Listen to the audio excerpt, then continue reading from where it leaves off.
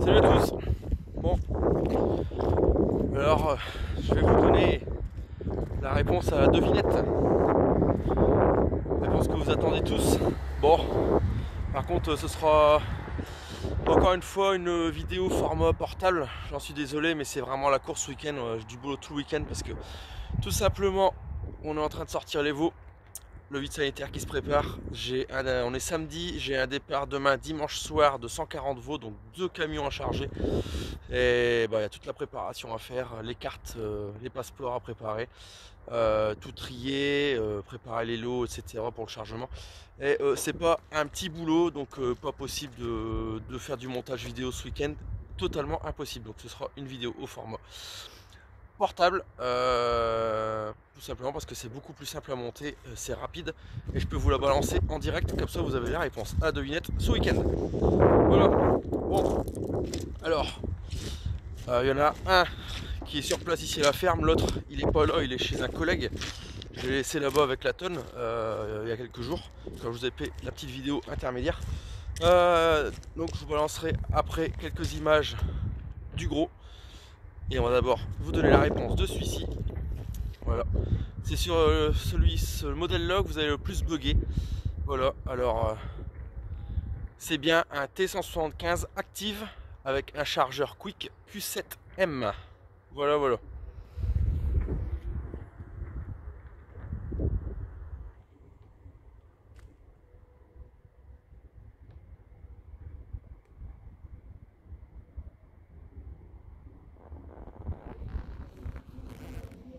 Voilà, alors ça c'est pour le plus petit modèle des deux que j'ai racheté. Donc ce T175 Active vient en remplacement du T154 Active vert avec le chargeur Q6L.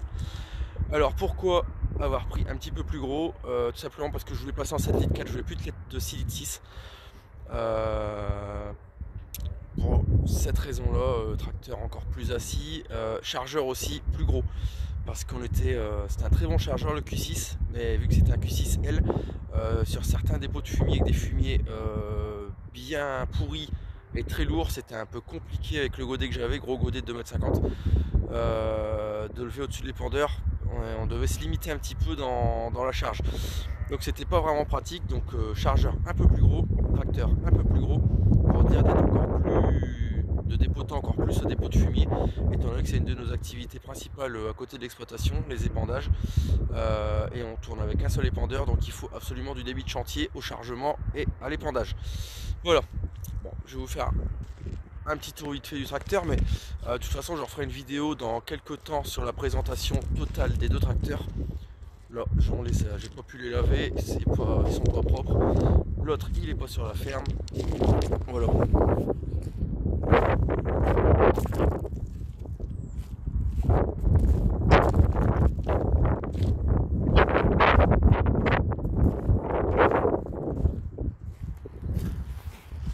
Un petit point rapide. T175, moteur 6U 7 litres 4, active. 175 chevaux de base, 190 chevaux avec le boost. Chaussée en pneus Michelin, 650 65 42 à l'arrière, 540 65 30 à l'avant. Et ce sont des Axiobib 2. Voilà. Donc je suis reparti en Michelin sur ce tracteur. C'était prévu du Trelleborg, il n'y avait pas de dispo, on est reparti en Michelin. Voilà, tout simplement. Pour le reste, l'intérieur, tout ça, je vous ferai voir. Je vais vous faire voir un petit coup vite fait à l'intérieur, mais ça fera l'objet d'une vidéo un peu plus tard de présentation totale des deux taxis. Donc, comme je vous le dis, il n'est pas propre. Malheureusement, on a de la pluie tous les jours. Voilà. On va regarder un petit peu le nouvel intérieur de chez Valtra T5. Tout est là maintenant. Et comme vous pouvez le voir, il n'y a plus de tableau de bord. Tout se trouve sur le montant à droite. Pour le reste, ça ne change pas par rapport à mes anciens T4. C'est sensiblement pareil, à part le joystick ici qui change. Voilà. Alors, voici pour le modèle qui remplace le T154 vert avec le chargeur. Et en tracteur de tête, il y a eu des bonnes réponses aussi. En tracteur de tête, et ben c'est un T215 Active Burnt. Burnt, donc orange. Édition limitée pour les 20 ans de Fruits Gris, ma concession historique. Donc pour leurs 20 ans, ils ont sorti une série limitée. Et donc pour leurs 20 ans, ils ont vendu 20 tracteurs Burnt, comme ça, série limitée, édition 20 ans de Fruit-Gris. Voilà, donc c'est bien un T215 actif. Donc T215, 215 chevaux de base, 230 chevaux avec le boost. Pourquoi? Bah pareil, plus gros. Alors le renouvellement du verre par le T175, le verre avec 4000 heures en 3 ans. Grosso modo 3 ans et demi à peu près, 4000 heures. Les pneus à faire, le chargeur à peine assez gros. Et puis bon, bah, c'est une époque où est-ce qu'il valait encore un peu d'argent, donc la proposition s'est faite et au début je devais renouveler que le rouge parce qu'on manquait de puissance sur la presse et sur la tonne à lisier. Et puis la proposition s'est faite où j'ai renouvelé les deux tout simplement, c'est le commerce, c'est comme ça.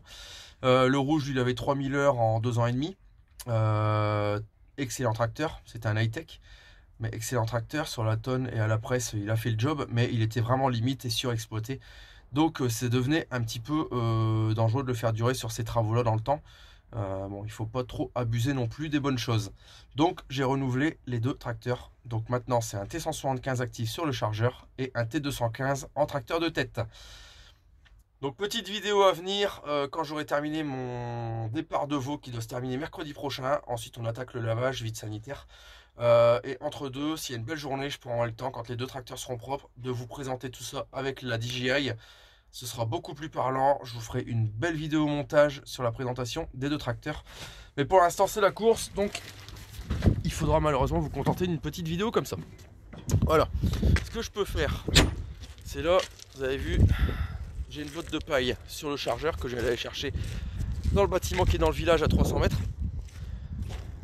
Et voilà, je peux vous présenter rapidos ici la dérouleuse que j'ai achetée. Donc on a mis sur le 845, donc c'est une dérouleuse pailleuse Suir. Voilà. Alors c'est quand même hyper pratique parce qu'il faut savoir que depuis qu'on a des moutons, il y a maintenant 5-6 ans même maintenant, on faisait l'intégralité du travail à la main. Donc les premières années avec 20, 30, 40 brebis ça se faisait. Passer sans brebis maintenant, c'était quand même beaucoup plus compliqué, étant donné qu'il y a d'abord 2h30 tous les matins de travail dans les veaux, qu'il y a un petit peu de culture à entretenir, et le travail à l'extérieur chez des collègues et en prestation, donc ça devenait vraiment contraignant et en mal aussi. Donc dérouleuse Suir qui va passer une centaine de bottes de paille, 120 bottes de paille et 150 boucles d'enrubanage par an.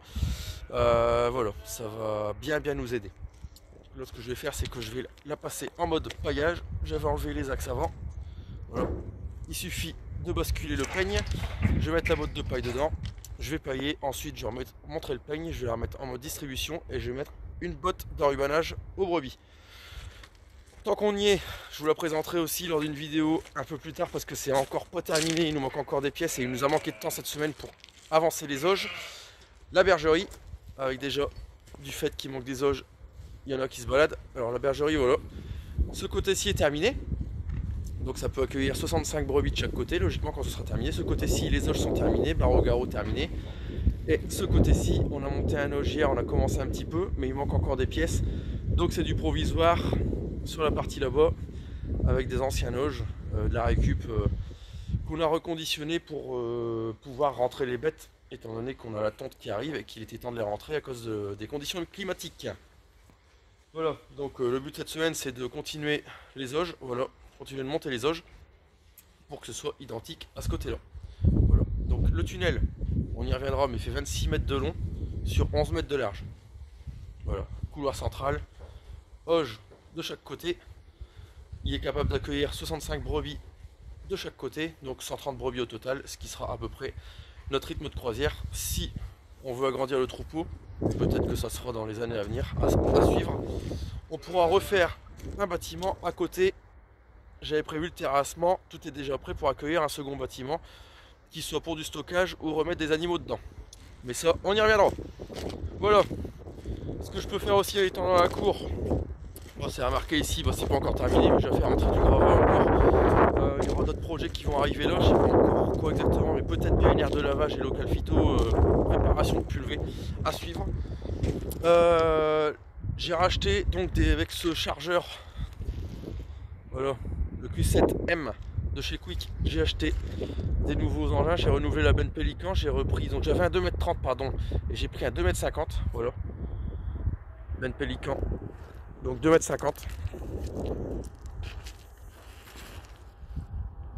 Voilà, toujours dans le but d'optimiser les chargements à l'épandeur de fumier, pour dire que ça aille le plus vite possible au chargement. Le but c'est d'avoir un rythme de travail de 70-90 épandeurs jour sans faire des journées de malade. Et j'ai acheté aussi un Godevrac 2000 litres. Donc 2,45 m de large, 2000 litres.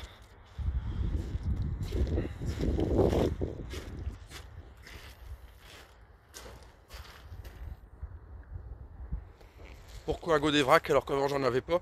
Tout simplement parce que pour tout ce qui est compost, fiente, de volaille, etc., c'est beaucoup mieux un Godevrac. Je serai encore plus performant qu'avec la benne Pélican. Et ça nous évite aussi de l'utiliser à rien et d'user les vérins et les axes. Alors que c'est pas nécessaire, un Godevrac fera largement le travail. Voilà. Écoutez, sur ce, moi je vous laisse, j'ai un peu de taf qui m'attend, il caille vraiment donc je vais pas rester sur place. Il y a un vent du nord qui est très froid. Je vais pailler, je vais mettre une botte d'enrubannage aux moutons, je vais m'occuper là-haut, voilà, de nourrir les veaux. Il m'en reste 200 sur 330, donc encore un petit peu de taf quand même. Ça ira mieux à partir de demain soir puisqu'il y en aura 140 de moins encore demain soir. Et puis après on va se rentrer parce qu'il est samedi soir et j'ai pas envie de rentrer à une heure déraisonnable. Voilà, allez je vous laisse sur ce et je vous dis à la semaine prochaine pour une prochaine vidéo. On reprend la DJI comme je vous l'ai promis pour une présentation des tracteurs s'ils sont propres ou de la bergerie. Et puis on a encore un tour de plaine à faire aussi ensemble parce que même moi ça fait un petit moment que je me suis pas rendu en plaine, voir l'avancée des blés et l'évolution de tout ce qui se passe dans les champs. Allez, je vous souhaite un bon week-end et je vous dis à la semaine prochaine. Salut!